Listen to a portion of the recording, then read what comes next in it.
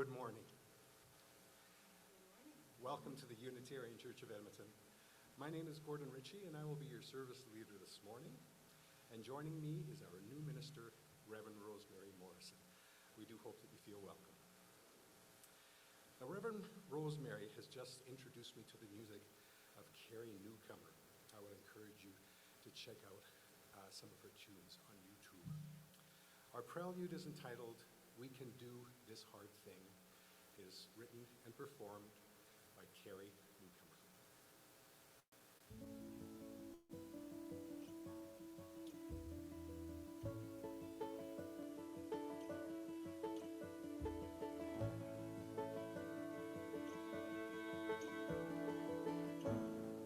There at the table with my head in my hands, a column of numbers I just did not understand.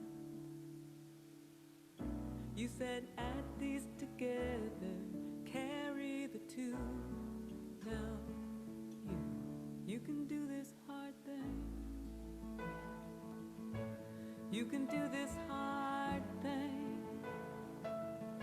It's not easy, I know, but I believe that it's so. You can do this hard thing. At a cold winter station, breathing into our gloves, it would change me forever, leaving for God knows what. You carried my bags, you said I'll wait for you. You can do this hard thing.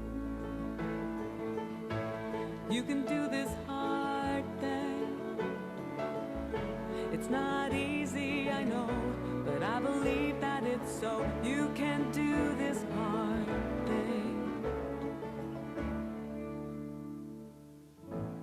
Late at night I called, and you answered the phone. The worst it had happened, and I did not want to be alone. You quietly listened, you said we'll see this through. You can do this hard thing. You can do this hard thing.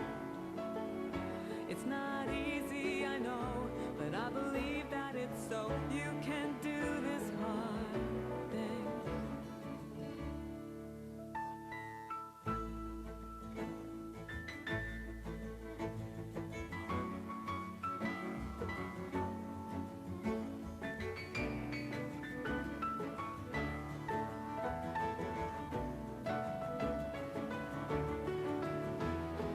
Here we stand, breathless and pressed in hard times. Hearts hung like laundry on backyard clotheslines. Impossible just takes a little more time.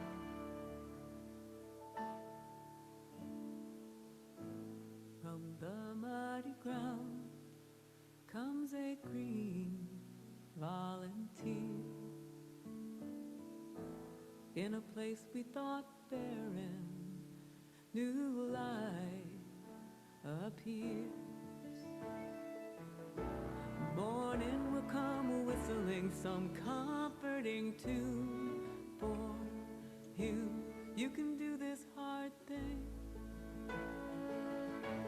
You can do this hard thing. It's not easy, I know, but I believe that it's so. You can do this hard thing.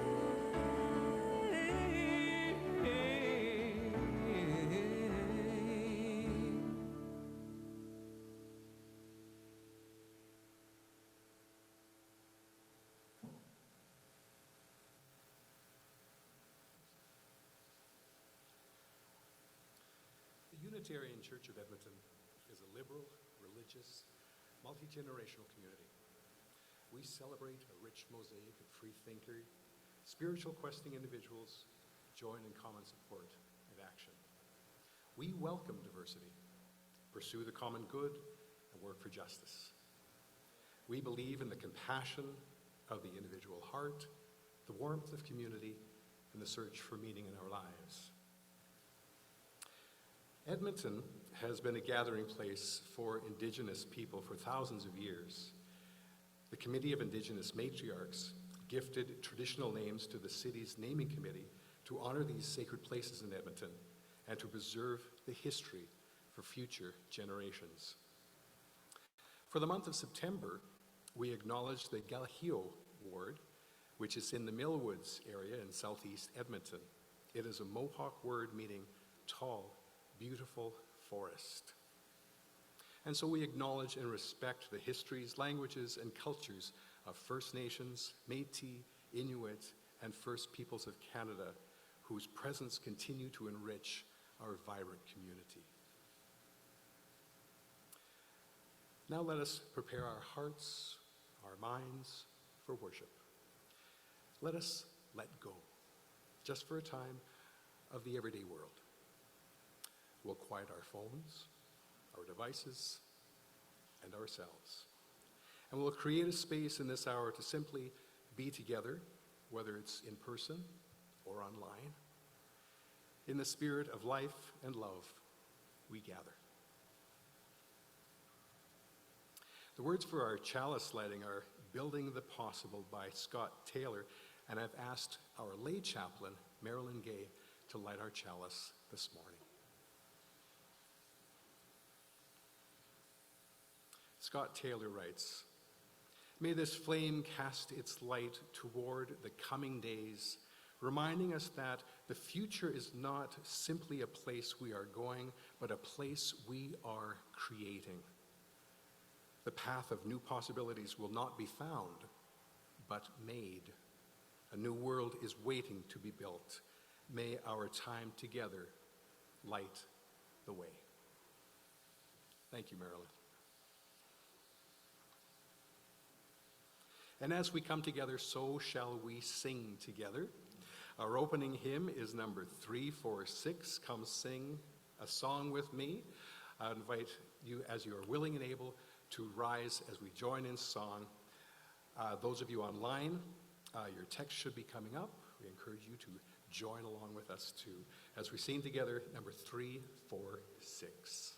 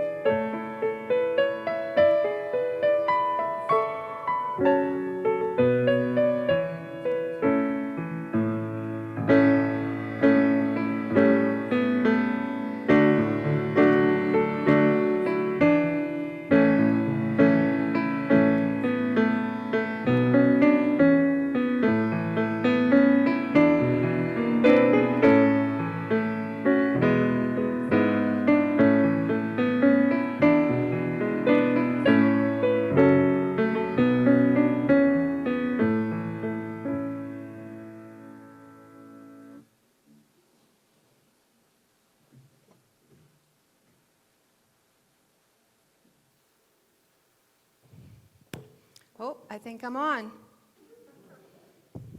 Making a big noise. So the book that I'm going to read is placed perfectly for the people online. So sorry about that, folks over there. You're not going to see the pictures very well. Daphne, I want to get you someplace where you can see the pictures a little better, though. Do you want to, I don't know where to put you. Daphne, do you want to come and sit here so you can, nope, not a chance. Okay. Sorry to put you on the spot, Daphne. That's okay. Yeah. So we'll figure out something. Maybe we'll put the pictures up on the screen. I don't know. But anyways, this book is called Mother Bruce, and it is by Ryan Higgins, and it is one of my favorite books. Marilyn, I heard you ask, are we going to have a story every week? And it's just kind of, sometimes we will, and sometimes we won't. I love reading stories, and I think as adults and as children, we're all young at heart, and we need to be told a story. Bruce was a bear, and he lived all by himself. He was a grump. He did not like rain. He did not like sunny days. And he did not like cute little animals. Can you imagine not liking cute little animals? That would ruin my Facebook feed. Bruce only liked one thing, eggs. He collected them from the forest. So here he is with his head in a tree, and he says, "Good morning, Mrs. Sparrow." But Bruce didn't eat eggs raw like other animals. Instead, he cooked them into fancy recipes he found on the internet. One day, Bruce came across a recipe for hard-boiled goose eggs drizzled in honey salmon sauce. So he went to get the ingredients. First, he went and caught a few salmon, and the picture shows him with a shopping cart in the river with some salmon in it. And then he collected honey from a local beehive. He liked to support the local businesses, you see. Last, he went to Mrs. Goose's nest, and he said, "Are these eggs free-range organic?" At home, Bruce prepared the eggs for hard boiling, but the stove fizzled out, so he had to go out and get some more wood. And when Bruce came back, he was met with a very unwelcome surprise. What do you think the surprise is? He had gosling eggs on the stove. Now comes your part. You say, "Mama." Mama. Bruce became the victim of mistaken identity. Bruce wanted hard-boiled eggs, not goslings. He supposed he could settle for goslings on toast. But for some reason, he lost his appetite. The little goslings are sitting on the toast with their cute little eyes looking at him, and they're drizzled with butter. And he couldn't eat them. He lost his appetite. Bruce scooped up the little geese and stomped back to the nest, and he found Mrs. Goose's nest, and she had left a sign, "Gone south for the winter, see you in spring." He was kind of trying to find out what her return policy was.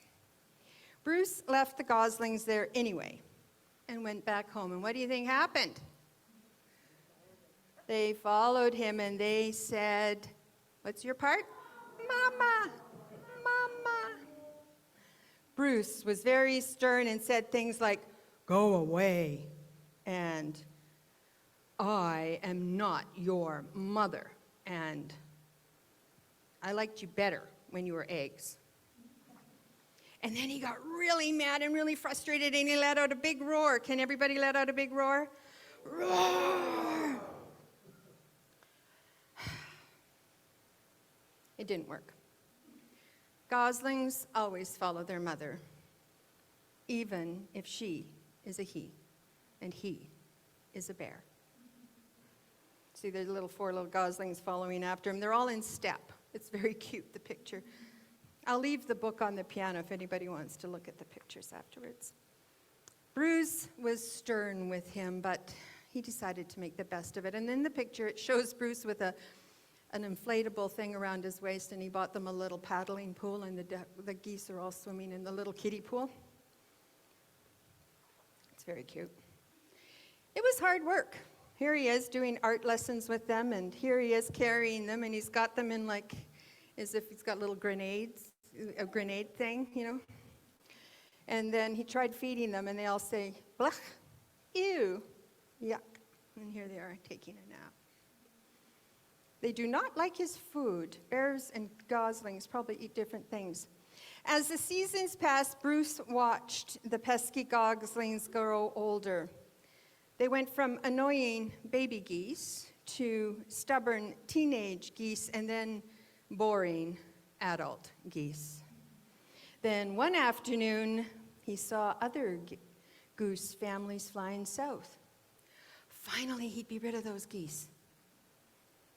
And he could take a long winter nap. Bruce explained migration. But they didn't listen. He even bought them little aviator hats. Didn't work. Bruce needed the geese to leave, so he got creative. He made a catapult for them. Didn't work. Nothing worked. He bought them little airplanes. I don't know where he goes to the store. I have no idea. The geese would not leave Bruce. Sigh. So Bruce decided to pack some bags and take the geese into town. They boarded a bus and migrated to Florida.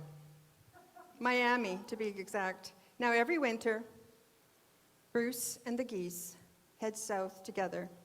They laze about at the beach in tacky shirts, sipping ice-cold lemonade while Bruce dreams of new recipes that don't hatch. And you get one more turn. Mama. Here's a little turtle imprinting upon one of the geese. Thank you. I hope you enjoyed the story. I love that story, and I love reading stories and telling stories. So yes, we'll be having stories as part of church. I hope that's going to be okay with you. If not, oh well. So I invite you to turn in your hymn books to hymn number 301, Touch the Earth, Reach the Sky, and we will sing together that song. And please rise in body or in spirit as you are able and willing.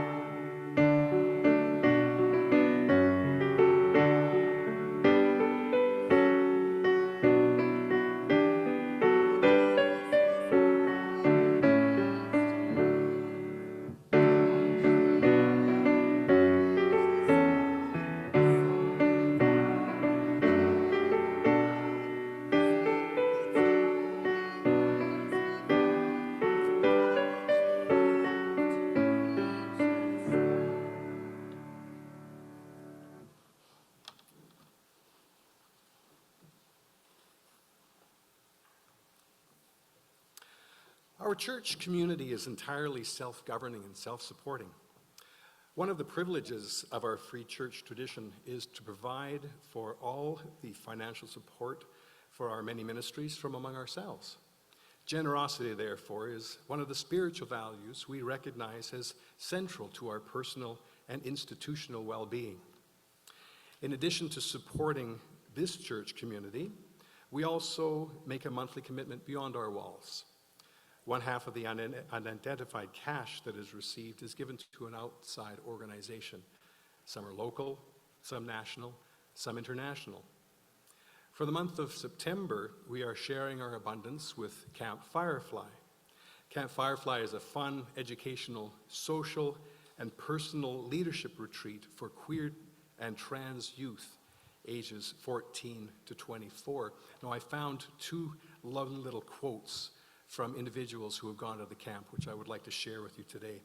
One says, "I'm more confident in who I am, and I don't feel the need to live up to anyone's expectations of gender or sexuality." Another one wrote, "fYrefly is a lot of fun where I can make new friends, learn new things, to open up on how you're feeling, and that it is a safe place to be."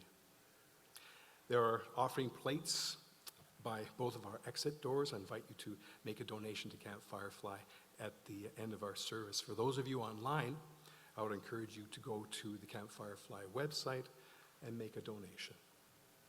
I thank you in advance for your generosity. With our time and our talents and our money, we support the work of the community and the Unitarian Universalist tradition. Please remain seated as we join in singing "From You I Receive."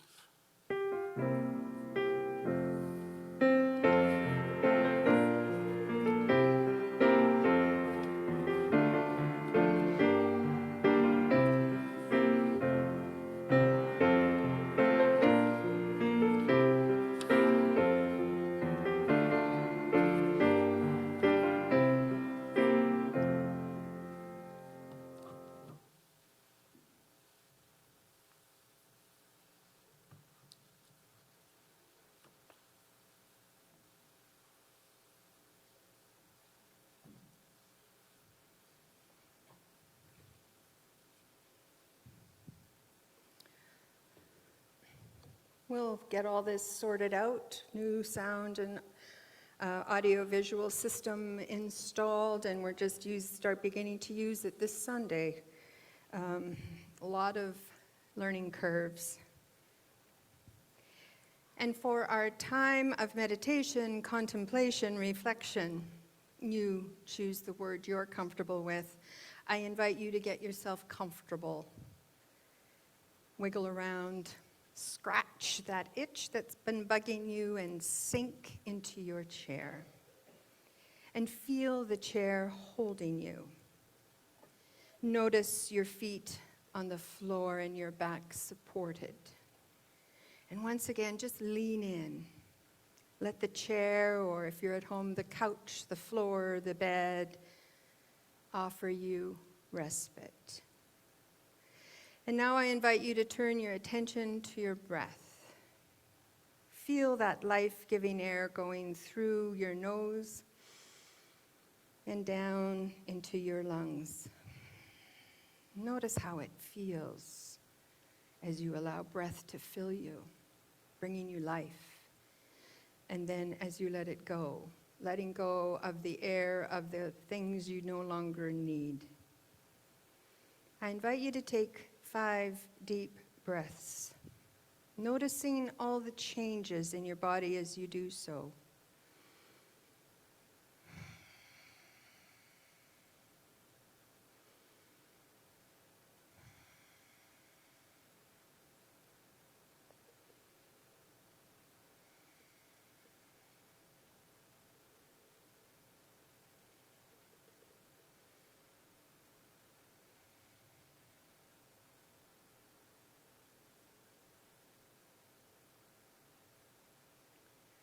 I'm now going to read a poem called Hope.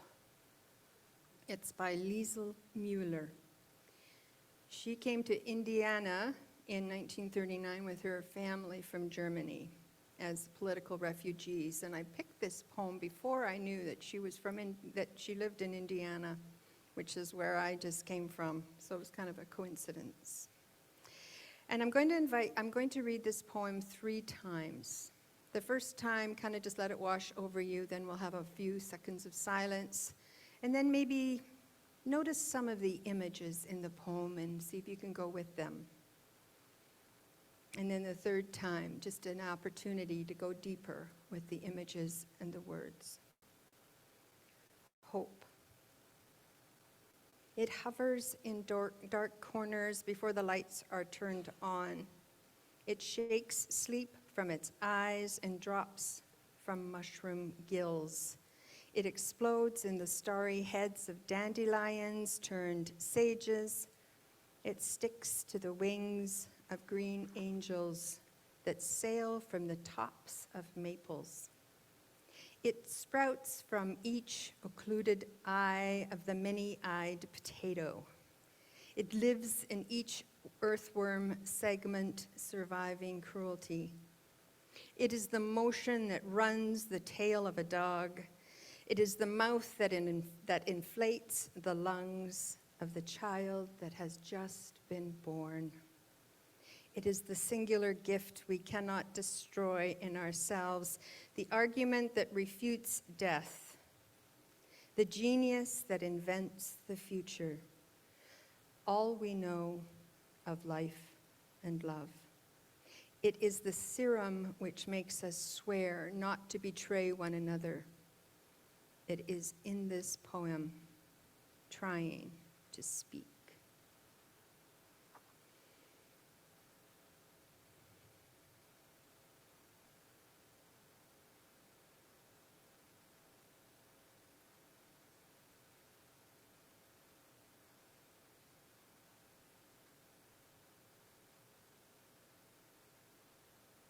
Hope. It hovers in dark corners before the lights are turned on. It shakes sleep from its eyes and drops from mushroom gills. It explodes in the starry heads of dandelions turned sages. It sticks to the wings of green angels that sail from the tops of maples. It sprouts in each occluded eye of the many-eyed potato. It lives in each earthworm segment surviving cruelty. It is the motion that runs the tail of a dog. It is the mouth that inflates the lungs of the child that has just been born. It is the singular gift we cannot destroy in ourselves, the argument that refutes death, the genius that invents the future, all we know of life and love. It is the serum which makes us swear not to betray one another. It is in this poem, trying to speak.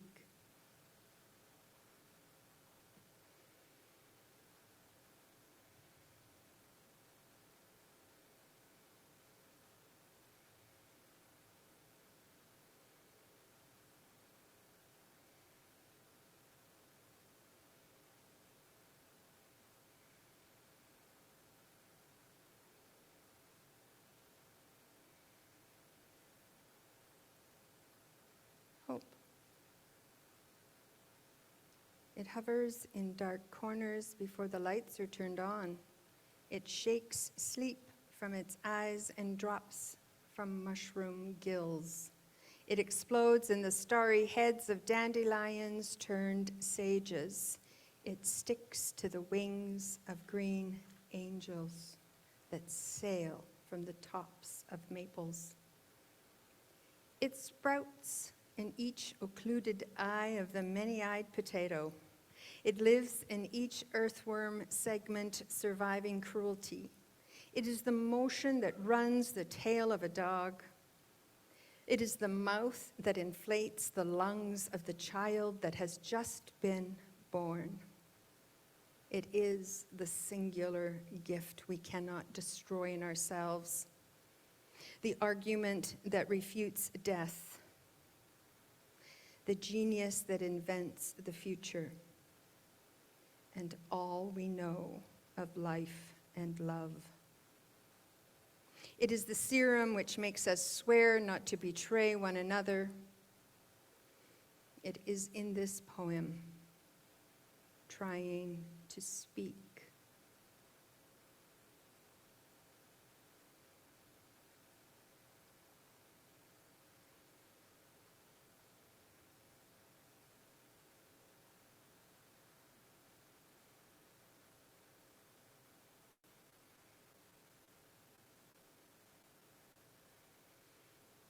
And in this same spirit of contemplation, meditation, we're going to have an opportunity to light candles.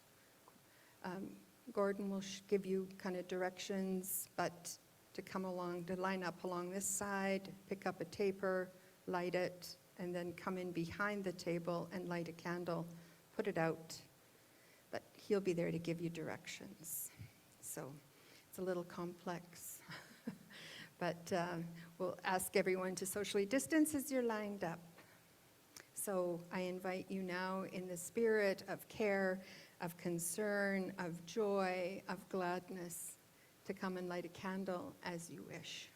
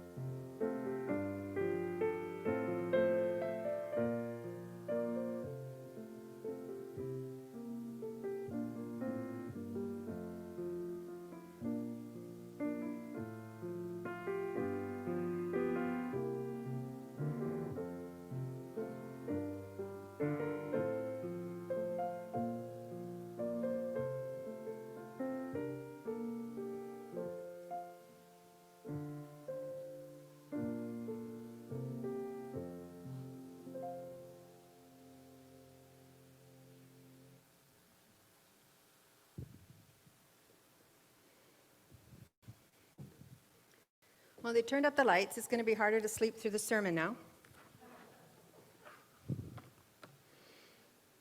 And when I was talking about the story, I'd be happy to have others read the story too, or tell a story. It doesn't just need to be me. But I do hope that quite often we have, I'm a little hot here. Mic's a little high. Is that better? Okay, thank you. I could hear my voice coming back at me at rapid speed. Ask what's possible, not what's wrong. I begin with a quote by Reverend Sarah Lawal. Now, when I say this line, ask what's possible, not what's wrong, is a mantra, I mean that I use it in the truest form that mantras operate in our lives. I repeat it nearly every day, sometimes several times, and I still fall short. Admitting my full humanity, I can dwell in the swirl of what's wrong in the world, in my life, in your lives, in the pain of despair and the weight of bleak pessimism. I can cling to my certainty about how things should go, to my righteousness and to my own resistance to change. I am also really good, like so many of us are, at playing the shame game, shaming myself and blaming myself for all the perceived failures in my life, for not being the best parent, the best spouse, the best minister, the best daughter, the best mother, sister, and friend, or parent, or sibling, for not being the most responsible, organized, gracious, intentional person I can be. Oh, and I am certain everyone else can be those things so much better than I. And perhaps some of you hear your own voice speaking those same words. Perhaps some of you see yourself in the same struggle. Those are precisely the moments when a mantra is a helpful tool. We say it aloud again and again, speaking it into truth, hearing ourselves in speech. Ask what's possible, not what's wrong. Ask what's possible, not what's wrong.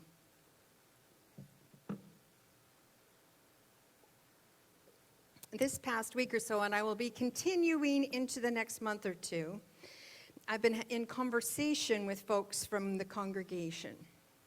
I'm asking 3 open-ended questions and inviting folks to wax eloquent on the topic. The questions are, where did this congregation come from? What happened to get you here? Where do you think the congregation is now? What's going on? Who are the people? What are you doing? And what do you think the future holds for UCE? What's the vision? What's the passion? I'm beginning to get a clearer picture of who you are, what you've been up to over the past several decades, and what might be possible for UCE. These questions contain familiar phrases as they are Paul Gauguin's words put to music by Brian Tate. Where do we come from? What are we? Where are we going? If you're anything like me, you're already starting to sing those words in your head. Where do we come from? What are we? Where are we going? Where do we come from? What are we? Where are we going? When I asked, where do we come from? I've heard personal, locational, theological, ministerial, and financial history. And I'm sure I'm going to hear many more nuances as the months go by. You too will get a chance to answer these questions. So if you haven't been asked yet to meet with me, or are wanting or are waiting for me to get you on my calendar, please be patient. I can only interview a few of you a week, as I need time to do the rest of my job and to process all you're telling me. Also, my calendar and inbox have gotten the better of me, I'm afraid. Ask what's possible, not what's wrong. And so please be patient with me as I learn all the new systems I need to learn. But the star of this, most of the stories that I've been hearing is this building. This is the star of the stories. You have worked hard to make it what it is today, a multi-use, multifunctional, and self-sustaining home for the Unitarian Church of Edmonton. I looked through the photo albums and recognized many of your faces and got a sense of the magnitude of the project. Many of you attending this morning have a lot of sweat equity in this place, and are probably some of you that worked on this building are working this morning as well to put this service on. And I know this physical structure is very important to the UCE community. I commend you for your hard work, for your perseverance over these many years in turning a warehouse into your spiritual home. Of course, I'm also hearing of the important people that made up this congregation, made up and make up this congregation. I see the names of matriarchs and patriarchs on the walls. So many people invested in creating and supporting the mission and vision of UCE, Unitarian Church of Edmonton. I'm going to come back to mission and vision in a minute. The second question I asked was, what are we? In other words, what's going on right now? What does it mean to be part of this congregation? Who are the key players right now? How does being part of this community make your life better? What makes you proud to be in this community? How is UCE living out its mission and vision here, in this building, in the greater Edmonton area, and out into the world? Okay, now I want to talk about mission and vision.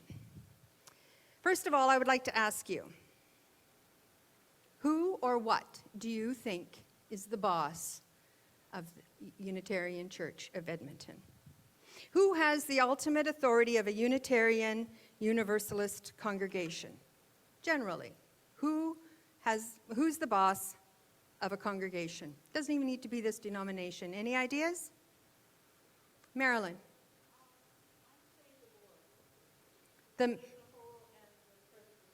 Marilyn says the board, and that's true of this congregation, but it is the mission. The mission of the church is the boss of the church. Does anyone here know the mission of UCE? I'm not trying to put you on the spot. And to be honest, I've looked. Is there anyone here that knows the mission of this congregation? I've looked, I've asked, I asked again, I've come up empty. I have found a strategic vision statement on the strategic plan of 2016. Thank you, Karen, for sending that to me, but the mission is not stated in that document.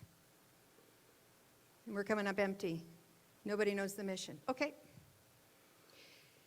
Not having, and this is not, open your hearts and minds to what I'm about to say. Take a breath.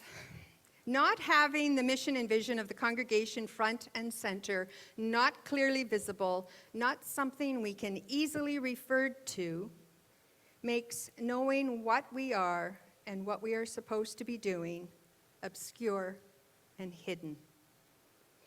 Now, don't get me wrong, this is not unusual. And it doesn't make you bad, or any church bad that isn't got their mission front and center, and you're not alone. Quite the contrary, this makes you inventive, creative, hardworking, and full of integrity.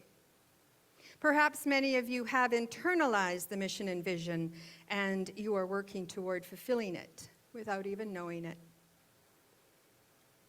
The best part about not having the mission and vision visible is that we can now decide if it's right for us to move, what is right for us moving forward. When I find it, If I find it, I'll think about it, and then we'll begin a process to either keep it or change it. And then we can use it to measure up against as we ask the question at every turn, does this help us fulfill the mission of this congregation? That is the question for every decision ever made in a congregation. Is this helping us fulfill the mission of this congregation?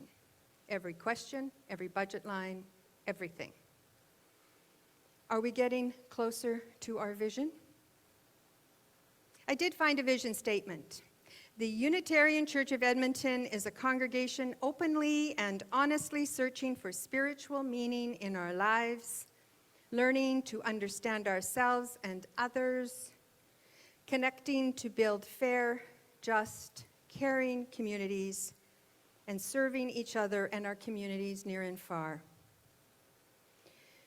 In one of the many how to do church books I've read, and I can't remember which one because my books are all in boxes, I read about the two types of congregations, the two usual types of congregations, mission-focused and minister-focused. A mission-focused congregation is ideal, whereas a minister-focused church usually just burns out the minister. In my last post, the congregation was minister-focused, and I worked very hard at shifting them away from me towards their idea of what a minister is and toward their mission. I was marginally successful. So my imagery for what the focus of a congregation is you think about a bicycle wheel, and there's spokes, and that's all the things. The spokes are all the things that happen in a church, and then there's the hub. And in the hub, that drives the church. So when it's a minister-focused church, you can think of the minister kind of rolled up in a little ball with all the spokes stuck to their back. It's not ideal.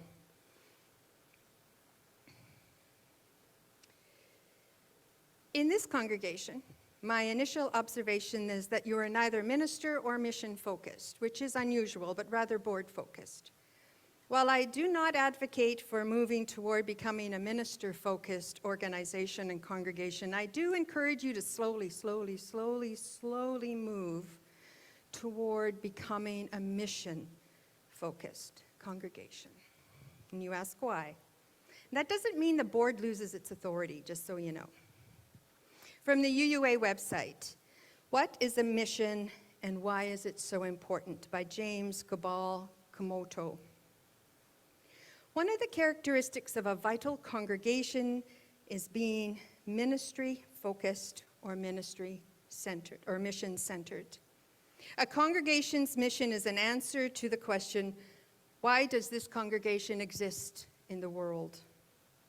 As the Unitarian Universalist minister Tom Belote says in his chapter, Mission, in the Growing Church, Keys to Congregational Vitality, if a religious community is like a large boat traveling across the sea, its mission is like a map of where it wants to go on the journey. Without a mission, the boat is merely adrift, susceptible to the whims of wind and surf, or it is commandeered by whoever is the most opinionated and determined to seize control of the steering wheel. It's not a very good boat analogy because I don't think boats have steering wheels, do they? Maybe they do. Al says they do. Okay, I believe Al. He has a boat. Having a clear mission helps us know that we are en route toward our goals. A clear, shared mission is helpful to a congregation in many ways. Congregational leaders are constantly faced with a barrage of decisions, and without a clear mission, and I would add a vision to point to, here's where we're going, how can we make those decisions? On what basis will they decide? A clear mission helps congregational leaders know when to say yes and when to say no. A clear shared mission also helps a congregation evaluate how it's doing. Without a mission, how does it know? A clear mission can also motivate members to be generous to a congregation with their time and their money. How are we fulfilling our mission? How can I help us fulfill our mission? Our mission is important. Clear mission can also help newcomers to a congregation decide whether or not they want to join. A clear mission can help reduce conflict. Without a clear shared mission, a congregation will begin to be led by different groups or factions with conflicting purposes and goals. And it goes on and on. That's just a snippet. If you're interested in learning more about mission and vision, just go to uua.org, type in mission, you'll get a whole ton of stuff. There's a lot of stuff in the Leader Lab, it's called. So feel free to explore more if you choose to. It's a little boring probably it'd be good for evening reading if you want to go to sleep. So, here's me talking now. From my initial observation, I would answer the question, what are we? Like this. Unitarian Church of Edmonton is a strong community comprised of its members and friends that has gone through too much transition.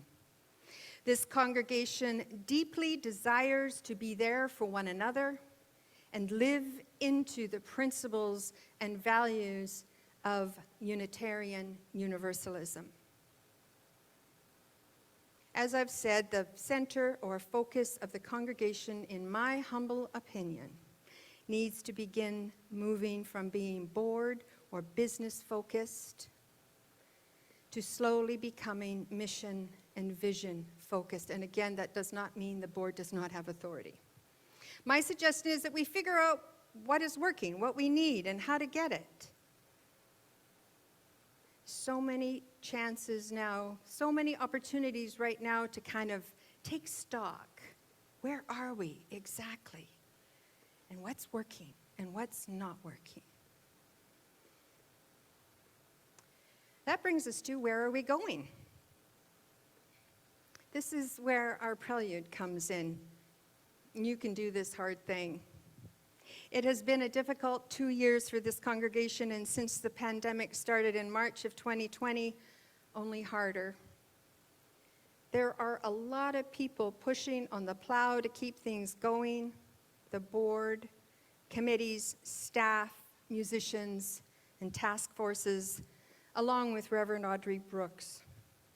I wish to thank all of you for your fortitude, dedication, willingness to learn new skills. 2 years ago, who knew we'd have to learn all these new skills, learn how to do Zoom, how to share a screen, how to record, broadcast, live stream, and work new audio and visual equipment, but here we are.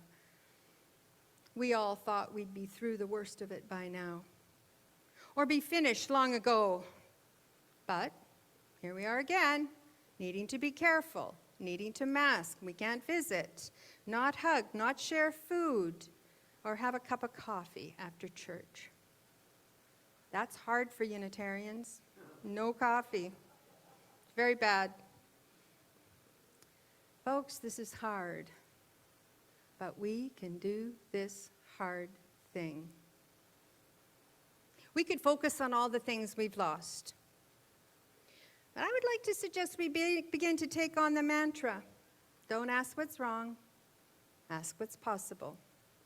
If these past 19 months have taught us anything, it's taught us that we are resilient, adaptable, capable, and caring.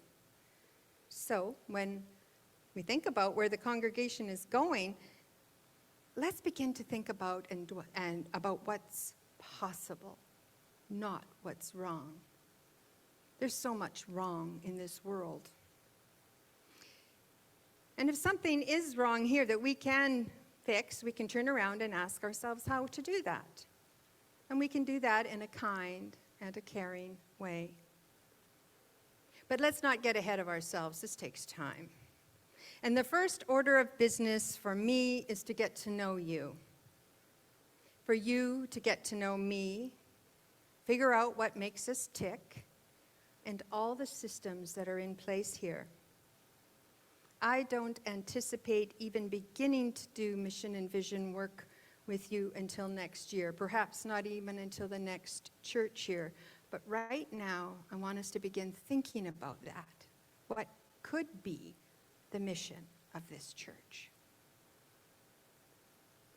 Right now, it's time, our time, to be asking questions, listening to one another, celebrating this community, and putting one foot in front of the other. There is nothing wrong here. We are not in a hurry. We're in this for the long haul, and as I see it, so many possibilities to choose from. We only need to get through this pandemic as best we can, and we're doing it. So remember this. The only thing that's important in life is relationships. So let's nurture the relationships we have. Look after one another. Maybe make that phone call, drop a card in the mail, write an email, check in on each other. Above all, please take precautions so that you don't get sick. But we're going to have to be creative about how we stay connected. And above all, I ask you what's possible, and I'm not going to ask you ever what's wrong. Because nothing is wrong, and the possibilities are absolutely endless. So may it be, and blessed be.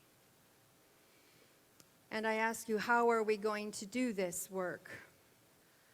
Well, love will guide us. It has to be in love. It has to be in caring. And that's what we're going to do. We're going to sing Love Will Guide Us, hymn number 131. I invite you to stand as you're willing and able.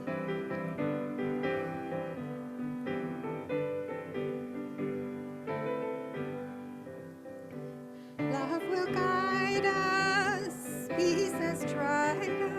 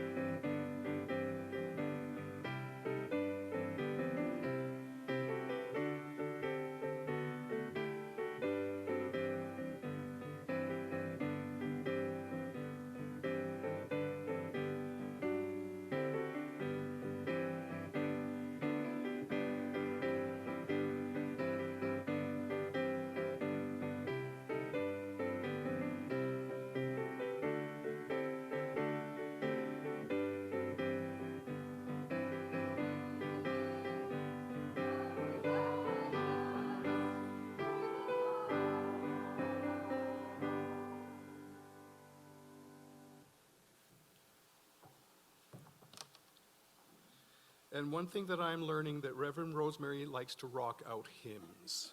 Just saying. So I think we can anticipate that possibility, because I think it's happening. Hope you don't mind. Nah, we don't mind, and I expect there'll be more swaying as we come along, too. The words for our Extinguishing the Chalice are by Elizabeth Sell Jones, and I would like Marilyn to come forward to extinguish our chalice. Elizabeth writes, "We extinguish this flame, but not the light of truth, the warmth of community, the fire of commitment. These we carry in our hearts until we are all together again. May it be so. Blessed be." I would like to thank everyone that took part in this service. My gratitude to you, to all of you, and there was a lot of people here over the weekend getting this sound system set up, the new sound and visual system, and it's just going to be great. I'd like to remind you to drop off your collection at the door on your way out. And I wanted to put a shout out about a workshop that's being put on by the Canadian Unitarian Council. The deadline to sign up is the last day of this month, September 30th at midnight. If you go to cuc.ca, it'll pop up. It's on their homepage. And so it's 2 weekends, one the end of October, one the beginning of November, October 22nd to 24th, and November 5th to 7th. These are, like I said, serving with spirit leadership workshops. I had a look at what they're offering, and it looks great. So if you're at all interested in learning more about Unitarian Universalism, about yourself, about your role as a leader, about deepening your own spirituality or your personal development, I encourage you to have a look and see their offerings. Yeah, like I said, just go to cuc.ca and the information is on their front page. And now I offer you these closing words by Alina Westbrook. Go in hope, for the arc of the universe is long, and together we can bend it toward justice. Go in courage, for together we have the strength to confront injustice in our daily lives and in the larger world. And go in love, because a holy and generous love is both the reason and the means and by which we transform our lives. So go in peace, gentle people, and I invite you now to sing Carry the Flame as we exit, or right before we exit the sanctuary.